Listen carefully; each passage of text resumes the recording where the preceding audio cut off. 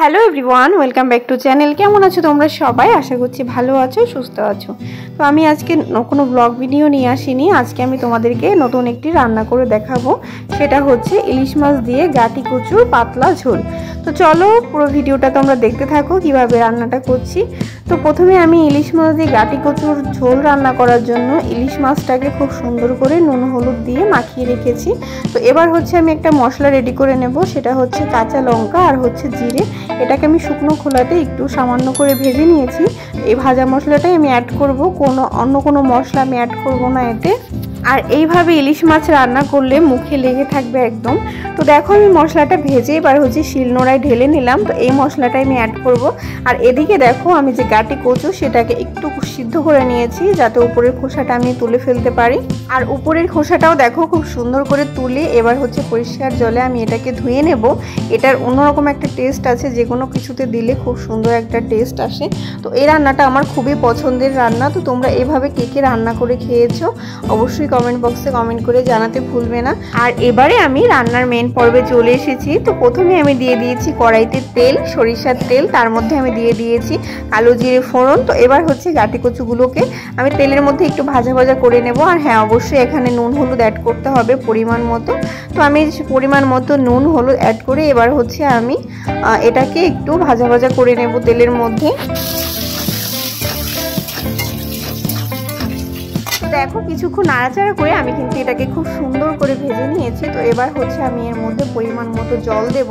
তো আমার ঝোলটা যেহেতু একটু পাতলা হবে, তো সেই জন্য আমি একটু বেশি ঝোল অ্যাড করবো এতে, কারণ এটার ঝোল খেতে খুবই ভালো লাগে। তো জল দেবার পর এটাকে আমি খুব সুন্দরভাবে নেড়েচেড়ে মিশিয়ে দিচ্ছি এটার সঙ্গে। তো এবার হচ্ছে আমি এটাকে ফোটার জন্য একটু সময় দেব। আর ফুটে আসলে এর ভিতর আমি মাছ অ্যাড করব। তো দেখো আমার ঝোলটা কিন্তু ফুটে গেছে। তো এবার হচ্ছে আমি সব মাছগুলোকে এর মধ্যে খুব সুন্দর করে সাজিয়ে দেব।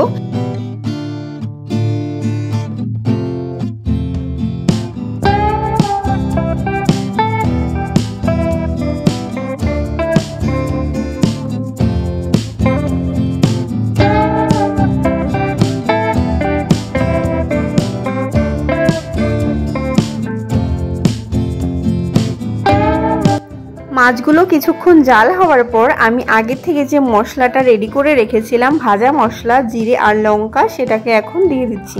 এটা দেওয়ার পর কিন্তু একদম কালারটাই চেঞ্জ হয়ে যাবে।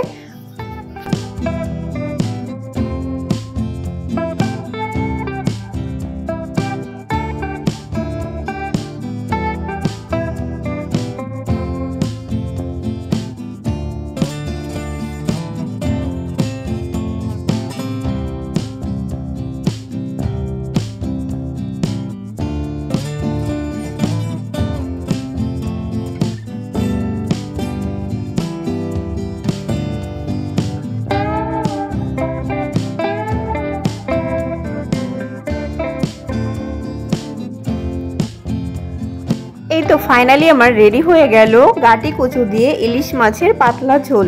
তো তোমাদের কেমন লেগেছে তোমরা অবশ্যই কমেন্ট করে জানিও। আর খেতে কিন্তু খুবই টেস্ট। তোমরা যদি কেউ না খেয়ে থাকো এইভাবে ইলিশ মাছ রান্না করে, তাহলে অবশ্যই একদিন ট্রাই করে দেখবে যে কেমন লাগে, আর আমাকে কমেন্ট বক্সে জানাবে। তো চলো, তোমাদেরকে ভিডিওটা পুরোপুরি দেখার জন্য অনেক অনেক ধন্যবাদ। তো আজকের ভিডিওটা আমি এখানেই শেষ করছি। তো চলো, তোমাদের সঙ্গে আবার নতুন ভিডিওতে দেখা হচ্ছে।